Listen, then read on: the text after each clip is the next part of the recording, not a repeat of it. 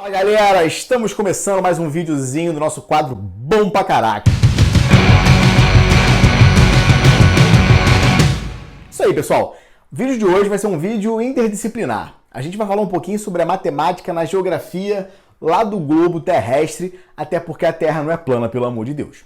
Bom, eu fui motivado hoje por uma dúvida de uma aluna que me mostrou um problema que era o seguinte. Ela tinha duas cidades em cima do mesmo meridiano, né? Lembra que o meridiano é um círculo máximo que é perpendicular ao Equador, né? E aí ela queria saber a distância entre as duas cidades, sabendo, na verdade, as latitudes de cada uma das cidades. Bom, como é que você faz um tipo de problema como esse? Se eu quero saber, na verdade, a distância entre duas cidades em cima de um mesmo meridiano, é a mesma coisa que você pensar na distância entre duas cidades em cima da linha do Equador. Como é que você faz isso? Você precisa saber, na verdade, essa variação angular, né, que no caso do Equador seria a variação das longitudes, ou, na verdade, no meridiano, a variação das latitudes. E aí, sabendo aquele ângulozinho, lembra que a distância em cima do globo terrestre, na verdade, são arcos de circunferência. E aí, como é que você faz uma conta como essa? É só você fazer uma regra de 3 com o comprimento do Equador, que é o círculo máximo da Terra. Então você faria assim, bom, se esse ângulo fosse um ângulo de 360 graus, ele compreenderia um arco de tamanho 2πr. Portanto, se esse ângulo aqui for alfa, ele compreende um arco de tamanho d1, e essa regra de 3 dá para você, tranquilamente, a distância entre as cidades sobre a linha do Equador ou sobre um determinado meridiano. Se as cidades estivessem em cima de um outro paralelo, a conta seria um pouco mais complicada. Mas aí, eu lembrei de um problema que apareceu na prova da FUVEST no ano de 2018 e eu trouxe para você um bizu que é maravilhoso. Bom, antes disso, vamos falar do problema. O problema é o seguinte, imagina uma pessoa que está em cima da linha do Equador e ela se desloca 45 graus em longitude. Então ela sai do 0 graus e ela vai para 45 graus leste, por exemplo, tá? Depois de andar 45 graus em cima da linha do Equador, ela anda 45 graus em cima de um meridiano. A pergunta é a seguinte, qual é a distância entre o ponto de partida e o ponto de chegada?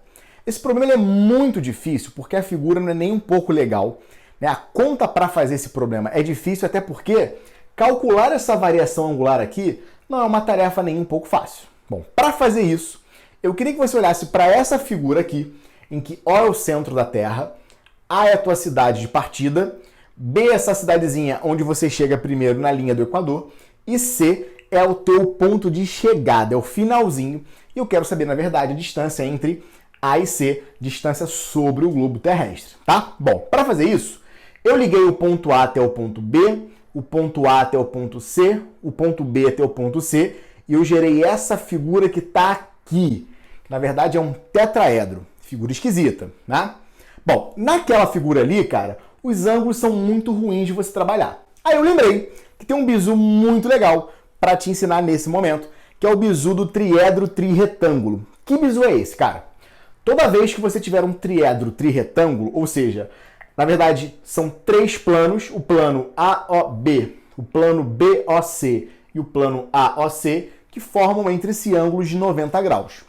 Então, um triedro trirretângulo, quando você liga os vértices ABC, você gera essa face ABC fechando um tetraedro, né? O que você pode falar sobre essa figura?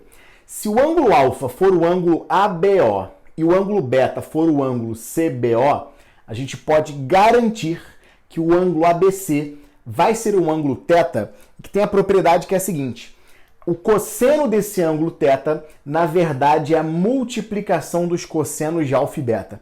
É um resultado muito maneiro, muito sofisticado e nesse problema ajuda bastante. Por quê, gente? Olha só.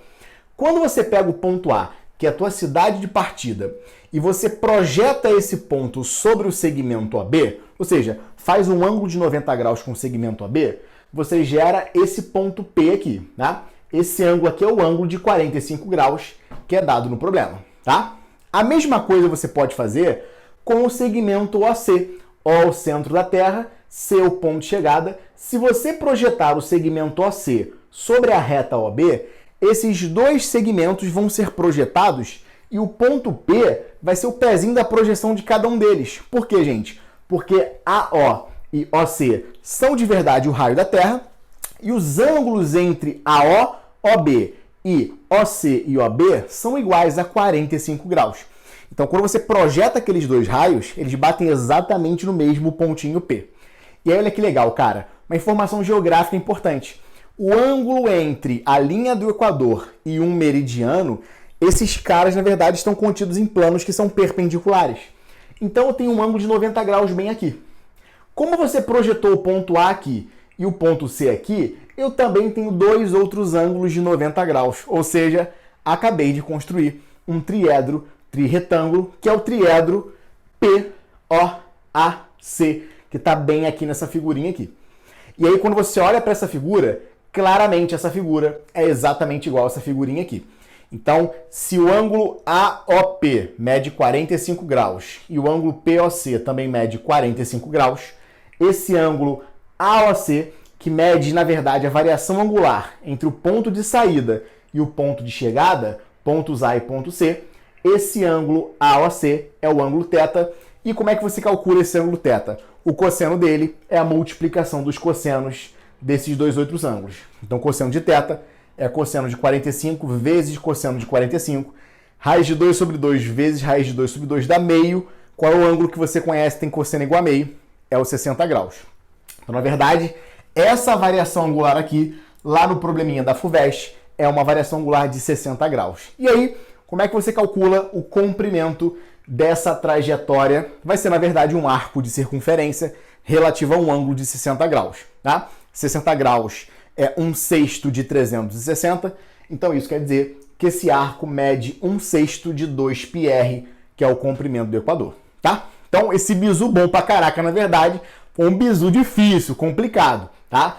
O grande segredo dessa nossa estratégia aqui é criar um triedro trirretângulo. E aí, nesse triedro, você pode garantir o seguinte: se esse ângulo é alfa e esse ângulo é beta, esse ângulo aqui da frente é um ângulo θ, tal que o cosseno de θ é o cosseno de alfa vezes cosseno de beta. Difícil, dolorido, mas bom pra caraca.